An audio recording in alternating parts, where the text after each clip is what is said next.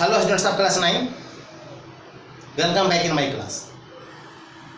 Political science के पिछले classes में मैंने आपके सामने बताया था what is democracy, why is democracy essential, क्यों यह दुनिया भर में सबसे अधिक पॉपुलर है,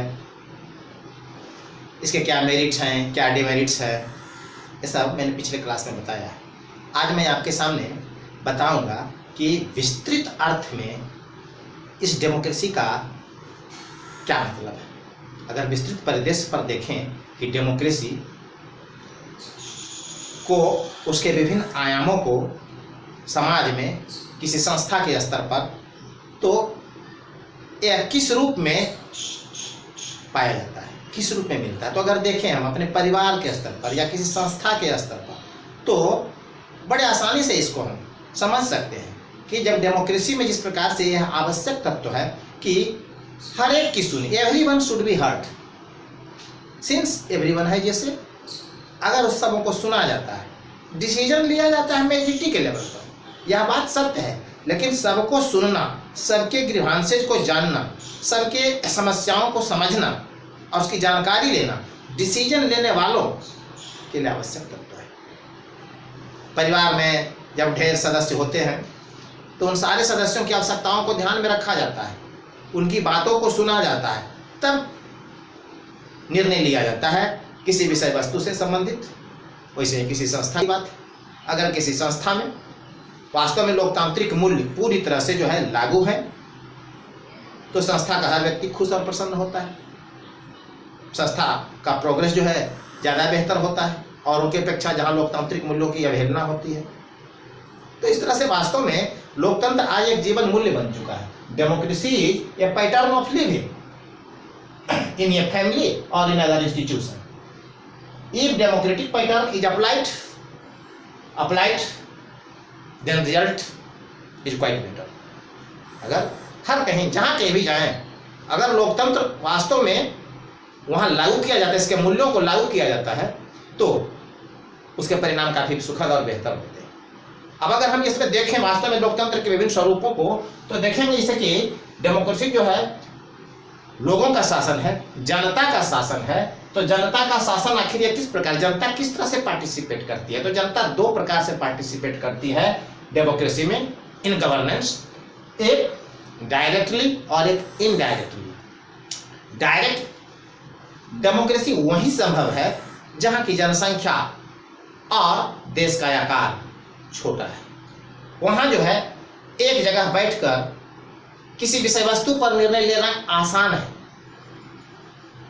लेकिन अगर वास्तव में किसी देश का आकार बड़ा है, क्षेत्रफल में जनसंख्या का आकार भी वहां थोड़ा बड़ा है, तो ऐसे में रिप्रेजेंटेटिव डेमोक्रेसी को ही प्रीफर किया जाता है।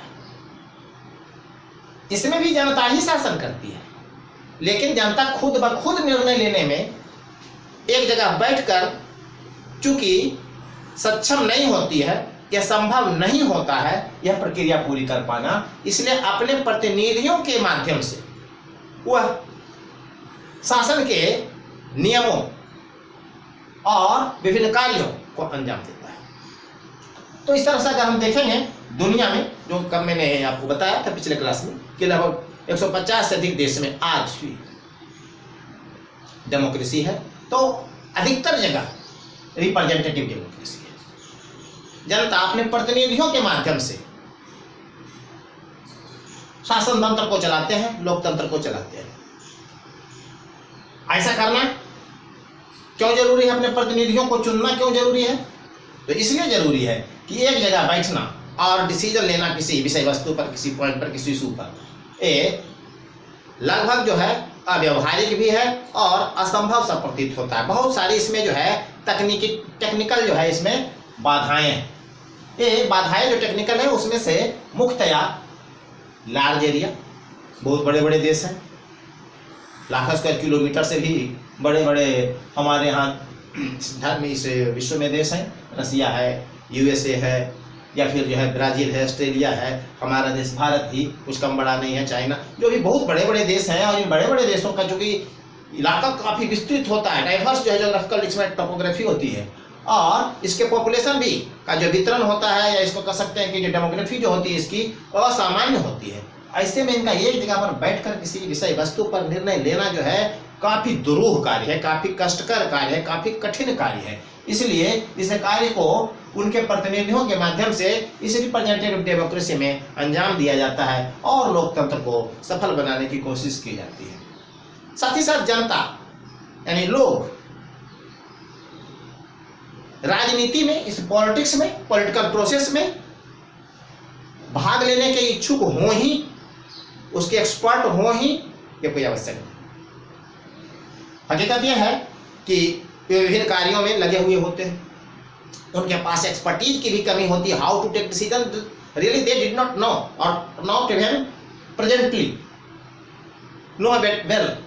सो अपने समय अभाव में वो वास्तव में लोकतंत्र में जो इलेक्शन होता है उसमें अपने प्रतिनिधियों को चुन देना ज्यादा बेहतर समझते हैं। साथ ही क्योंकि उनमें इंटरेस्ट ही नहीं होता है, बहुत लोगों का शासन प्रशासन से कोई खास लगाव नहीं होता है। अधिकांश जनता जो है वास्तव में इसके लिए तैयार नहीं होती, उसमें स्किल का अभाव होता है, समय का अभाव होता है। आइए इस कारण जो है प्रतिनिधि के माध्यम से जब यह काम संपन्न किया जाता है लोकतंत्र में, तो उसके परिणाम ज्यादा सर्वग्राही और ज्यादा बेहतर होते हैं।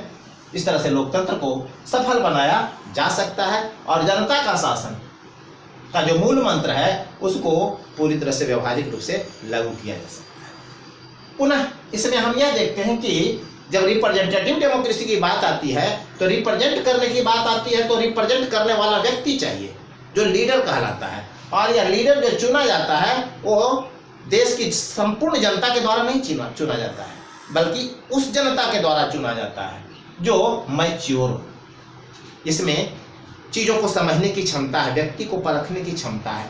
ऐसे मैच्योर सिटीजन को ही एडल्ट सिटीजन कहते हैं।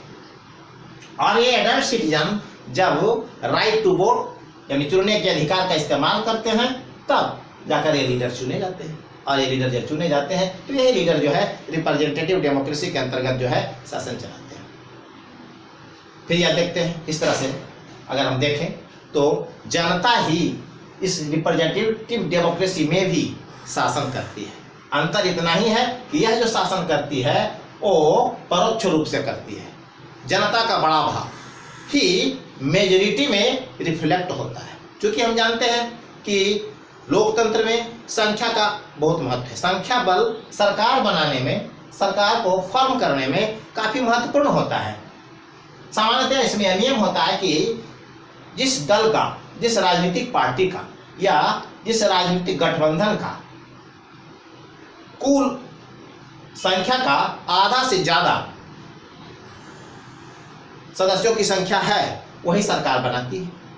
यानी more than half of the representatives elected in the house if any party has और एनी कोलिशन पार्टी यानी गठबंधन प्रायर टू द इलेक्शन और आफ्टर द इलेक्शन अगर है, चुनाव के पहले या तो गठबंधन हो गया कई दलों में, या चुनाव के बाद अगर गठबंधन हुआ है, तो ये सारे जो गठबंधन बना के भी जो सरकार चलाते हैं, या एक ही पार्टी की मेजोरिटी जब आ जाती है तब वह सरकार चलाते हैं। तो चूंकि वो जनता के चुने हुए प्रतिनिधि, इसलिए जनता की इच्छा और आकांक्षाओं का ही इसमें रिफ्लेक्शन होता है। यानी सरकार में जनता की इच्छा और आकांक्षाएं ही उन प्रतिनिधियों के कार्यों में रिफ्लेक्ट होता है। इस तरह से हम कह सकते हैं कि वास्तव में ये जनता का शासन है।